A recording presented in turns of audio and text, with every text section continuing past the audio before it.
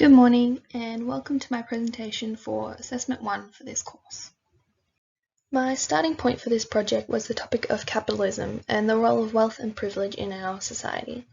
Issues of wealth distribution and disparity, poverty and financial privilege are incredibly prevalent issues. However, for this project I am specifically exploring wealth disparity and its effects on young people, as in a world controlled by the economy, today's young adults are entering society during a time of unprecedented financial divide. The creative outcome of my project will be led by action-based research defined by a developed research question. How does wealth disparity affect the opportunities available to young adults from low to middle socioeconomic backgrounds? From this, I aim to create a series of works exploring the damaging effects of wealth disparity and disadvantage in our society on young adults, illuminating the issue and prompting thought and discussion with others. According to the Australian Bureau of Statistics, the wealthiest 20% of Australian households owned 63% of total household wealth in 2017-18, whilst the lowest 20% owned less than 1% of the total, signifying an extreme division in economic and social cohesion. Studies have also found that the conditions in which one grows up in have long-term effects on identity, opportunities, and emotions.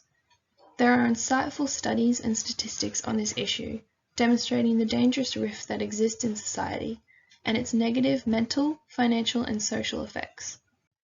Within the discipline of fine arts, I fortunately have access to necessary resources I will need, for example, painting, drawing, and photography materials. I will also be utilising various online sources for academic research and for finding exemplar artists. Given the current situation with COVID-19, I am restricted in access to certain specific materials, online sources such as Photoshop and Studio Spaces, though I will be able to build my project around what I do have access to. The time limit of this project can also be considered a constraint in creating a detailed and meaningful outcome. However, this project can serve as a point from which I can go on in more depth in future. In terms of my project timeline, we're currently in week 3, so from here I can extend further into a greater range of academic sources and action-based research.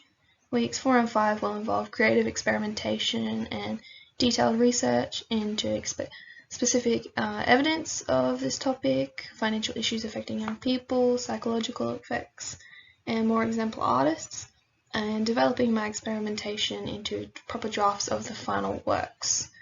Week 6, Assessment 2 is due, so the progress presentation, by this point I hope to have some drafting done of the final series of works and be on top of my research. Week 7 and 8, coming up to the final presentation.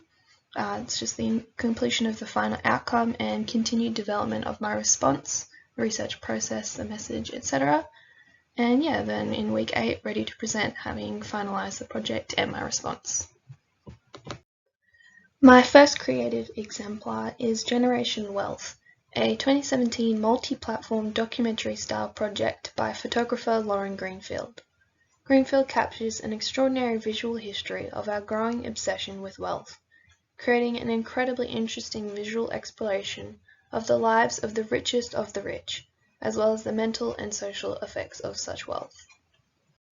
My second exemplar is this Banksy work.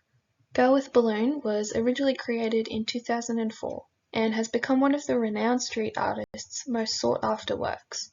Most notably, during the 2018 auction of a signed copy, the work shredded itself as the hammer came down on the £1.4 million bid. Banksy's work is an exemplar in the way art can support social commentary and, in this case, refute the elitism of the art world. And my final exemplar, C.K. Wilde has a series of collage works depicting scenes of American slavery, poverty, war, and other global issues, all created using small pieces of real currencies. Driven by the image and symbolism of money as the ultimate representation of power, Wilde's works demonstrate the commentary on wealth and meaning in society and art.